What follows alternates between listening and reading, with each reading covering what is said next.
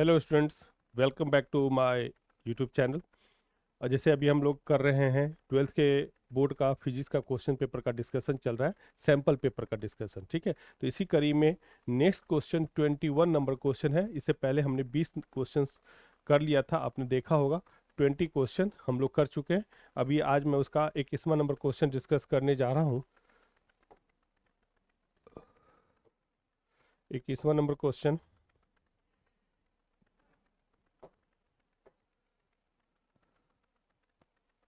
21वां number question ये है, अगर आप क्वेश्चन देख पाए तो इसमें कहता है how are x-ray produced and give any two uses of this, है ना। एक्सरे को कैसे हम लोग प्रोड्यूस करते हैं और इसका दो यूज आपको बताना है। क्वेश्चन क्या है, ये सेक्शन बी का क्वेश्चन है, तो 2 नंबर का है। इसमें कितना कुछ लिखना है वो मैं आपको बताता हूँ। ठीक है, तो क्वेश्चन है how are x-rays produced and give any two reason of give any two uses of this. इसका दो यूज आपको बताना है। तो पहले थोड़ा सा एक्सरे के बारे में जान लिया जाए। एक्सरे के बारे में जान लिया जाए कि होता क्या है और आपको बोर्ड में कैसे लिखना है और कितना लिखना है वो मैं उसके बाद बताता हूँ। पहले एक्सरे देखिए क्या होता है। एक्सरे होता क्या है, यानी कि एक्सरे कैसे प्रोड्यूस होता है वो देखिएगा। जब highly energetic electron beams are made to strike a metal target.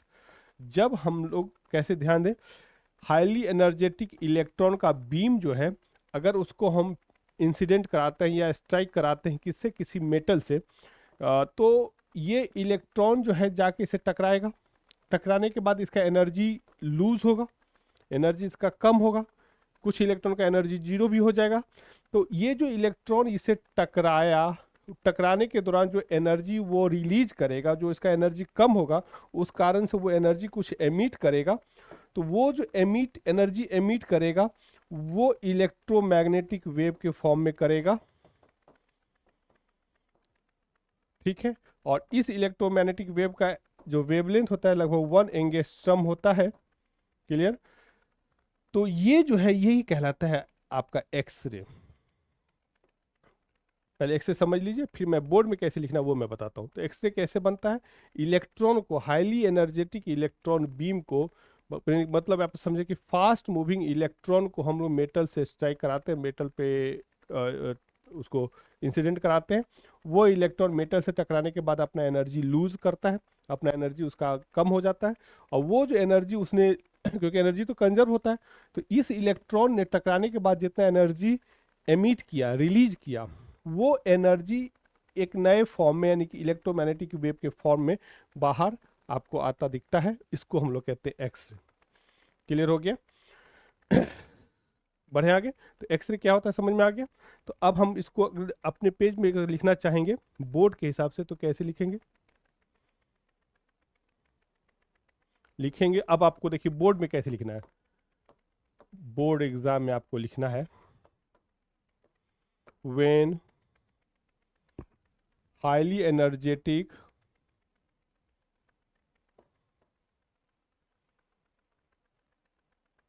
Energetic electrons beam are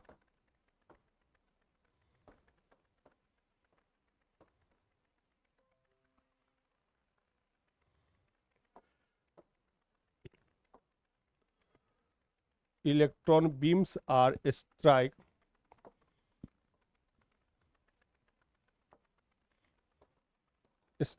to metal target, then highly energetic electromagnetic waves are produced.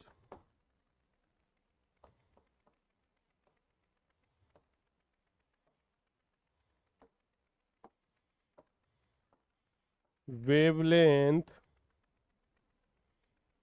of these X-rays is 1 angstrom.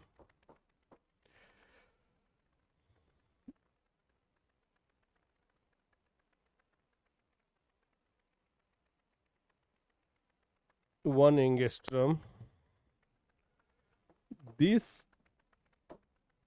electromagnetic wave is called x-ray. क्या आपने लिखा समझ में आ गया?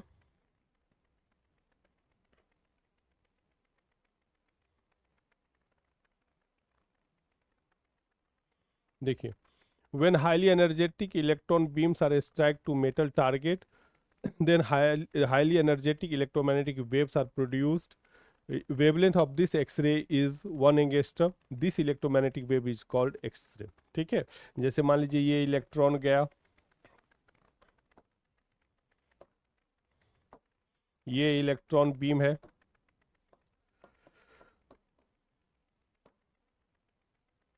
ये metal target से टकराया, उसके अंदर गया, और इस तरीके से ये देखिए इसका डायरेक्शन भी चेंज हो गया। तो इसका मतलब ये क्या है कि इसका वेलोसिटी चेंज हो रहा है, घट रहा धीरे धीरे करके।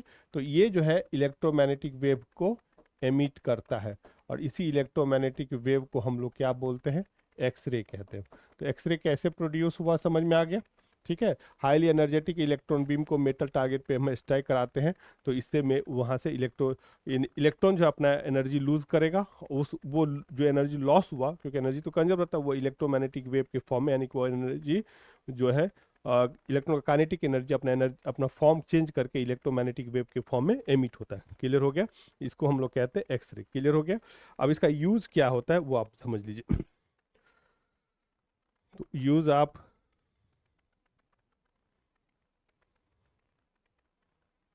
कुछ ज़्यादा ही मूव कर गया। एक्सरे का तो यूज आपको पता भी होगा।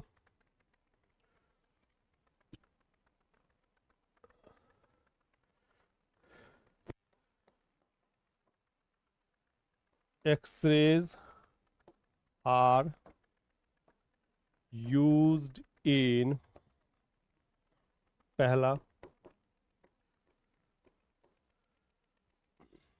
एक्सरे का यूज आप लोग पता है, it is use to photograph bone, है ना? It is used for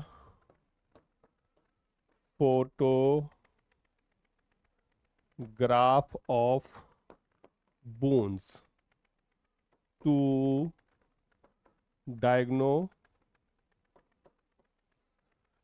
the fracture। दूसरा यूज ये होता है क्योंकि इसकी एनर्जी हाई होती है, तो ये कैंसरस सेल को बर्न कर सकता है। तो to burn cancerous cell.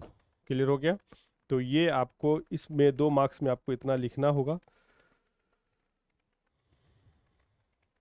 2 marks में आपको इतना लिखना होगा क्या कि electrons when highly energetic electron beams are strike to make metal target, then highly energetic electromagnetic waves are produce. Wavelength of this x-ray is almost 1 angstrom. This electromagnetic wave is called x-ray. Clear हो गया? ये electron का beam है जो metal target से टकरा रहा है, वहाँ से इलेक्ट्रोमैग्नेटिक वेव प्रोड्यूस हो रहा है, और वो इसी इलेक्ट्रोमैग्नेटिक वेव का नाम है x-ray. X-ray are used, it is used in for photograph of bone to diagnosise the fracture और to burn cancerous cell. Clear हो गया? मेडिकल में इसका यूज होता है। क्लियर है? नेक्स्ट इसमें आप क्या लिखेंगे? It is of 2 types. इसमें आपको आगे लिखना है एक्सरे इज ऑफ 2 टाइप्स, 2 तरह का होता है, ये 2 है।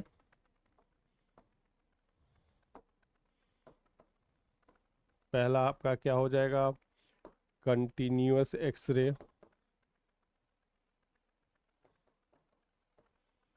और दूसरा होता है आपका कैरेक्टरिस्टिक एक्सरे।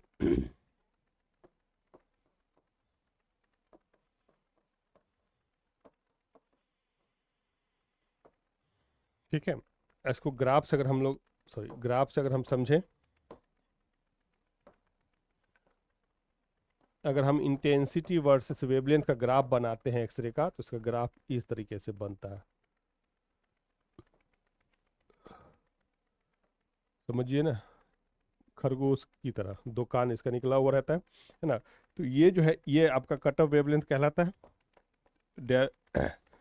Lamp minimum. इससे कम वेवलेंथ का इससे कम वेवलेंथ का एक्सरे प्रोड्यूस नहीं होगा। ये डिपेंड करता है इलेक्ट्रॉन के एनर्जी पे, ठीक है। तो अब देखिए जित उसके बारे में बाद में बात करेंगे, पहले यहाँ देख लीजिए ये जो पार्ट है ग्राफ का, जो ये पार्ट है ये आपका कंटिन्यूअस एक्सरे कहलाता है। और बीच बीच में जो आपको स्पाइक्स दिख रहा है ये आपका कैरेक्टरिस्टिक एक्सरे है। कैरेक्टरिस्टिक एक्सरे इसलिए कहते हैं कि ये उस मेटल का नेचर बताता है जिससे इलेक्ट्रॉन टकराता है, ठीक है। और ये कंटिन्यूअस एक्सरे ये कंटिन्यूअस एक्सरे ये बताता है जो इलेक्ट्रॉन टकरा रहा है वो अपना एनर्जी ग्रेजुअली डिक्रीज कर रहा है। जैसे ग्राफ को आप देखेंगे, डायग्राम को आप देखेंगे, मैं नीचे कर दूंगा।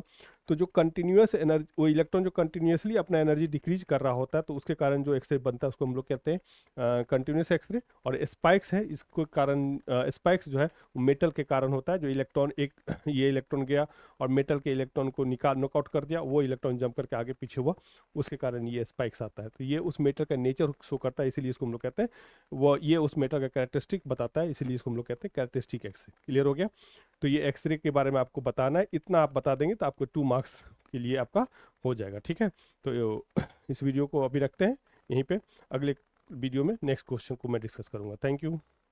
हाँ, अगर आपको ये कंटेंट सही लग रहा है तो आप इसको लाइक करिए, अपने फ्रेंड ग्रुप में सर्कुलेट करिए, ठीक है, जिससे मुझे हौसला बना रहे मेरा, तो जिसके कारण मैं कंटिन्यूसली इस पर वर्क करता रहूँ। Thank you.